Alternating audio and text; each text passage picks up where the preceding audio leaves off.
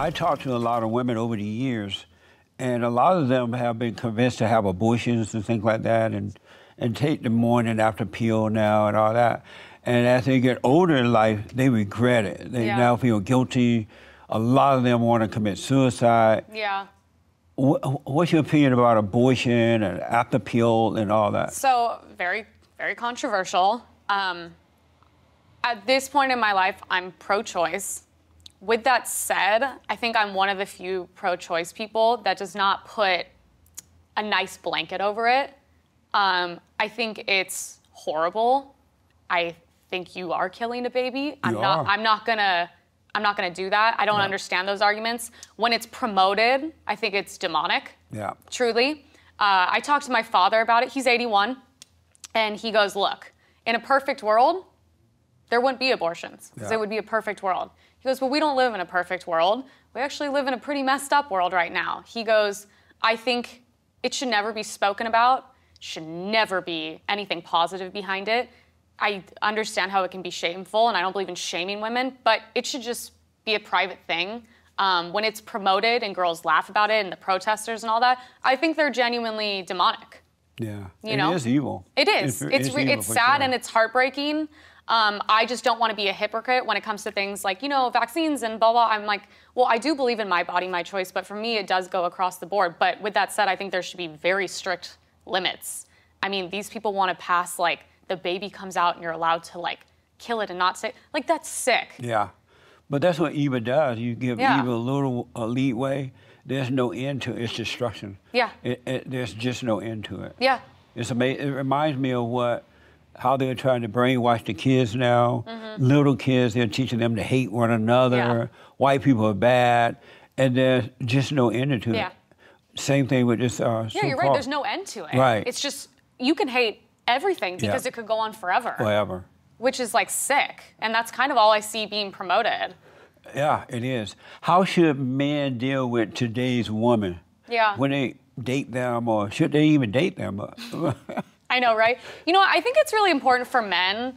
I do believe men need to go back to being masculine and being traditional. But it's funny because a lot of the women's behavior we see that men don't like, I go, but yeah, you guys encourage that though. Yes. That's where you got to take responsibility on both ends. I go, you don't like when girls do these things, but these are the girls you choose and you date, and you've made these things very popular, and now you don't like it. But I mean, like, with my boyfriend, like, he is always brutally honest. And I think the one thing that's lacking with men and women, bottom line, is respect. Yeah. I think men don't respect women. Women don't respect men. We're equally using each other and abusing each other. Yeah. And that needs to start with boundaries at the beginning. You know what I mean? And I just don't really see that anymore. And also traditional roles. You lead, I follow. Yeah, I'm going to ask about that. You obey your boyfriend? Yeah. You obey your boyfriend? Yeah, obey sounds funny, but yes. yeah, very traditional. Nice. And when you were a liberal, would you have obeyed your boyfriend? God, no. Any man who dated me while I was liberal, I'm, like, so sorry. I was the worst person. I was a mess, and I was a victim. I was a nightmare. I mean, I was drinking, doing drugs. Like, I was awful. Really? Awful. And how did you feel about the guys that could not deal with you then? They were probably great guys. Did you respect them, though? No, but I didn't respect myself either. Of course. You know what I mean? And why didn't you respect them, though? Knowing that you were difficult. Because I was like, why? I couldn't respect you because why would you tolerate me and I'm such a nightmare? That's deep. Absolutely. Like I was. Yeah. I wasn't a good person, and I wasn't a person worth having a good man at all. None of that behavior is. Were you surprised that the guys would put up with you or try to put up with you anyway? Oh, yeah. I'm shocked with how much they would put up with. I wouldn't put up with, like, one thing I did. They would put up with it for years. Yeah. Yeah. I tell the guys now, when you're dating, the first date, you should ask the woman, are you willing to obey? Obey me. The moment they say no, get up and leave. Okay, bye. It's over. Yeah. Because it's never going to work. You got to have some order. And also, it's like, it's hard for me because of my personality. Like, unfortunately, in this industry, as a female, you have to be, like, really tough. and I am attacked so much, I'm kind of in like fight or flight 24/7. But the second I'm with him, that shuts off. That completely shuts off. Nice. And then I go back to being, because I feel safe. So I don't have to be a tough girl. I don't want to be that. It's not pretty, it's not feminine. You know what I mean? Yeah, and that's also what I love about him, is I get to be vulnerable. And if I want to cry about a mean comment, I get to. You know what I mean? Because that's what a vulnerable feminine woman does. Absolutely. You know what I mean? But without a strong man, I wouldn't be able to do that. And how do you define a strong man for me? I mean, I would say it just goes back to very traditional values. You're a provider, you're kind, you're honest, you're masculine, I feel safe with you. And providing is a huge thing, because women can't feel safe and be feminine if they're worried. Yeah. If we're at a 9, I mean, it's kind of like you're almost a business partner in a relationship where a woman's like a CEO at a 9 to 5. You know what I mean? What a mess.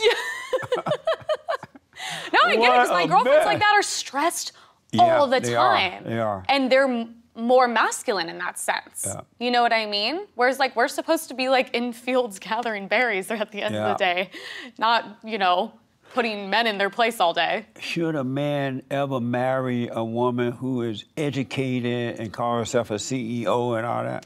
Like a girl boss? Right. That is the worst.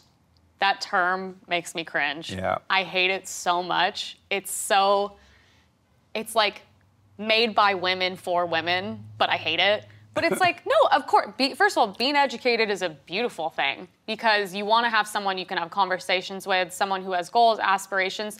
But it's like, that doesn't mean you don't need a man at all. You can do those things together. I think being educated is great. I mean, I barely made it out of high school. I don't have an education. Oh, nice. That was never an option for me. Beautiful. But I educated myself through the internet, because it's free. Yeah.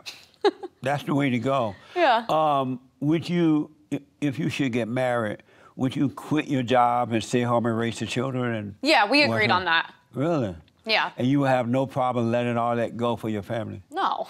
They don't make them like that anymore. Well, I That's mean, the problem.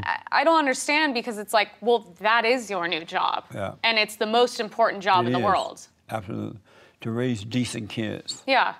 So Amazing. and also, I'm so confused. I thought all these girls I'm like, aren't you praying to get out of a job? That would be like the happiest day of my life, is like when he walks in and is like, you get to quit, let's have a family. I'd be like, oh my God. I feel like most of my girlfriends now are realizing that, and they're like, sign me up. Where are these men at? Nice. Yeah. It's hard for, as you said earlier, it's hard for women to find men that they can rely on, that they know is not afraid of them. They don't have to tiptoe around a woman and be there for them. Yeah. Are you a Christian? No, it's so funny. Everyone makes fun of me because this is the most LA response. I'm not religious. I'm very spiritual, which is religion. You know what I mean? It's a connection between you and, I believe, a higher power and the earth and everything. I would say my dad is Christian. My mom, I think, was raised Catholic. Oh, I'm sorry to hear that. Maybe that's why we're a little different. But my boyfriend's Jewish, and I think. Ooh.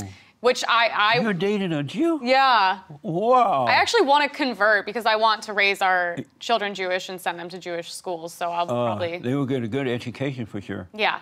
I think it's a beautiful culture. So, yeah, I do too. Mm-hmm. I like the way that they are family oriented, and they do make sure the fathers and mothers make sure their kids are able to take care of themselves when they become adults. They're all really smart. And they walk them down the road on Saturdays. Yeah. I see that. I know what you're talking about.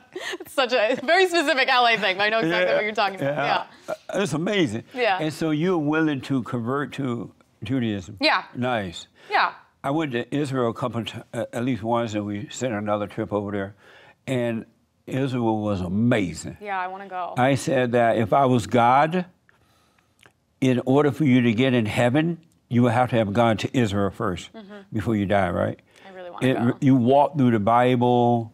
It's just really, really, really an amazing place to visit. And growing up, I had always wanted to go to Israel, so I had a chance to go. I never had religion growing up, and I genuinely believe it structures people to have a better outcome. Yeah, it does. I do. It definitely does. I hate to say it, but I think it's true. It is true. And so what is spiritual? How do you know when you are a spiritual person? It's funny because people think it's like such an LA thing when I say, and I'm like, it's just the fact that like I was never raised around religion. It wasn't in my life at all. And I think it kind of comes from like, for me, it's like I hit rock bottom. Then honestly, the person I listened to the most was Dennis Prager. He was the one that made me spiritual and religious and all these things, because I listened to him and I was like, I like what he has to say. I feel like he's not putting fear into me. He's not talking down to me. He's telling me like, there's something bigger than you. You need to know that. And you need to like be a good person. You know what I mean? Yeah. Not for anyone else, for you. For you. And I think it's like such a personal journey. And that's what I like about it, is it's just like mine. Wow, it's cool you listen to Dennis. Dennis is a good friend. I've known him for 30-something years now. And he's a really good person to be listening to, that's for sure. He like brings me to tears when he talks. Yeah. I think he's a really special person. Yeah. And I have a lot of respect for him. Amazing. Yeah. So how does your parents feel about you considering converting to it?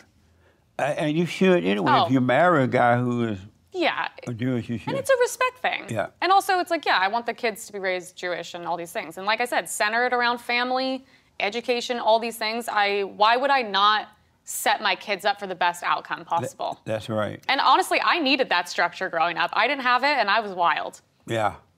You're right about that. You need a little fear, too. You do. Amazing.